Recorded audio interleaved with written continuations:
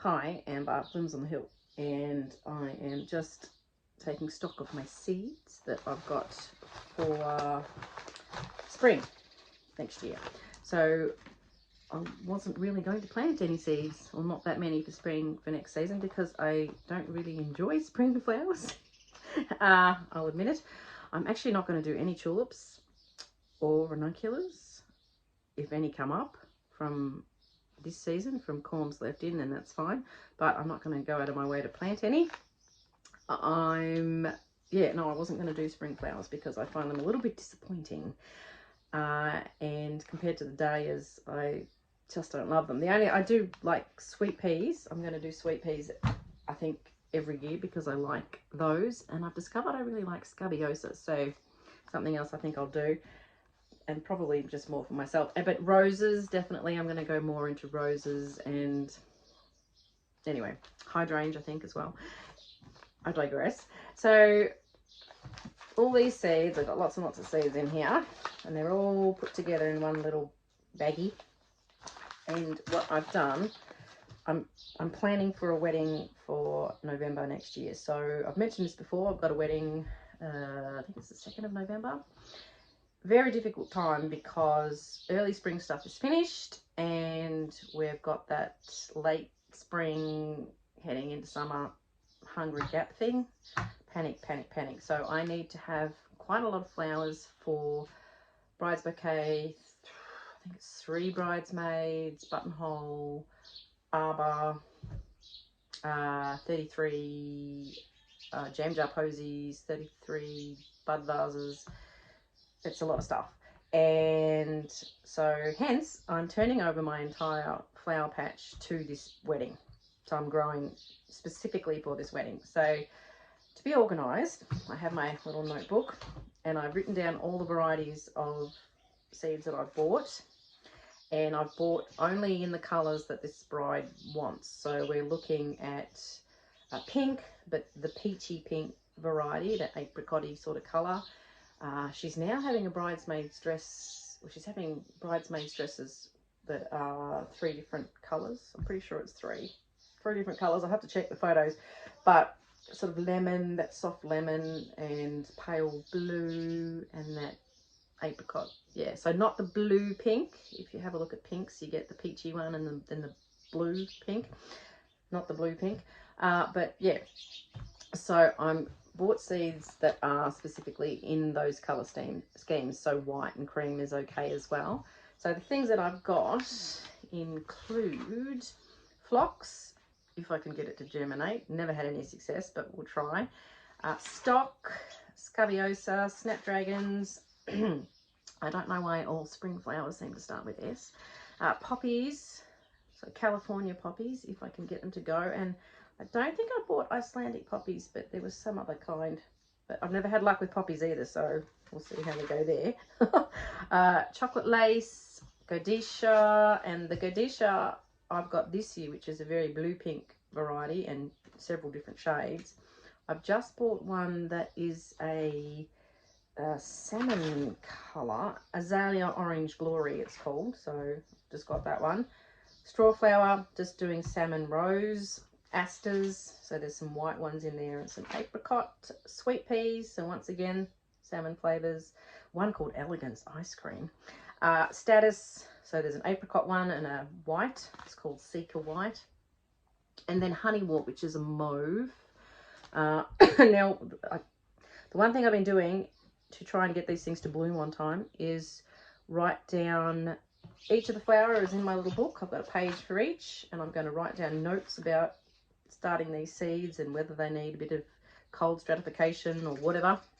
But I've also written down seed to bloom time. So a lot of my seeds I get from Veggie and Flower Garden Seeds, and on their website they have, if you open up each individual flower information, they have a seed to bloom time. So usually every website where you buy your seeds from, they'll tell you the germination time.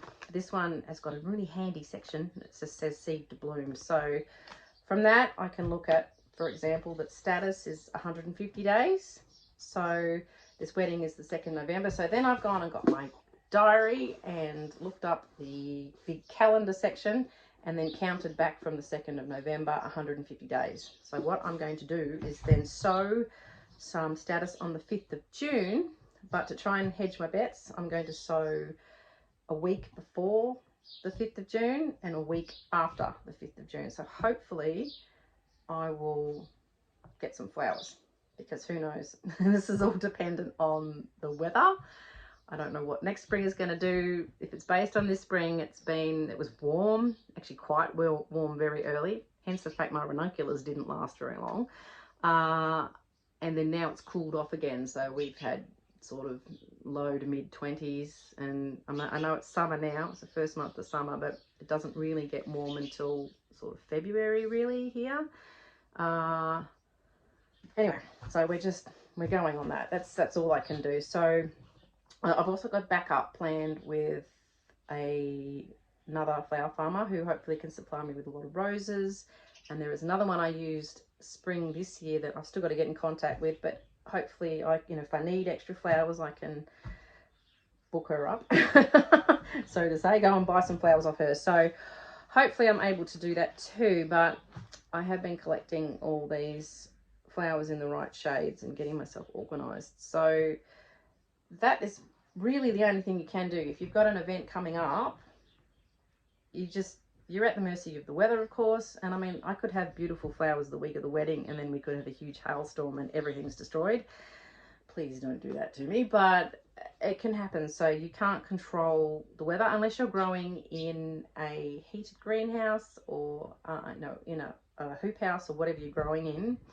I could, but I've never done it, so I'm unsure of the timing of things there. So I'm battling against then another unseen thing. But you do have other problems too with growing indoors like that, because pests and diseases are all enclosed in all areas, so that's another problem. But anyway, I hope this is useful. This has just been a little hello in between Christmas and New Year's. Oh, thank goodness Christmas is over for another year. Anyway, so if you're planning an event, as I said, get your diary out, and if you can find the seed to bloom times, then you can at least be as organised as you can be. It won't be perfect, but giving yourself a little bit of leeway and planting a week before you need them and a week after you'd need them, and on the time that you'd need them, and even 2 weeks before and 2 weeks after. So there's some varieties I've got like lots of stock seeds. I'm going to go 2 weeks out either side as well. So it's going to be lots of rounds of seeds sown. So it's going to be pretty busy, but fingers crossed we end up with something on that date. So I will leave you with that. The other thing I've been doing is organising in a separate book, weddings that are coming up early February, which is soon, and then early March, and that's working out quotes. So both of those, quotes is another thing that can be tricky to work out, and I have done a video on that in the past, but that's also going on.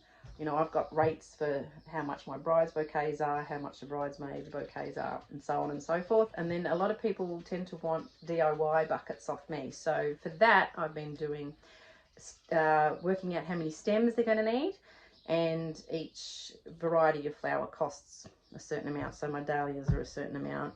All my other flowers are a certain amount. I put them in the same price bracket, and then foliage is a different price again. So that makes it pretty easy. So if you're doing that too, trying to work out how to charge people, that is the easiest way. So set your prices and don't underprice yourself, because you get very frustrated if you're charging for a wedding and then you undercharge, because unknown things always happen. You end up having to chase around for flowers because something doesn't bloom, or all these unseen things. So I'm going to pack up my enormous pile of seeds. I've got to actually pot on some tomato plants for my husband that they're looking like they're trying to climb out of the seed tray.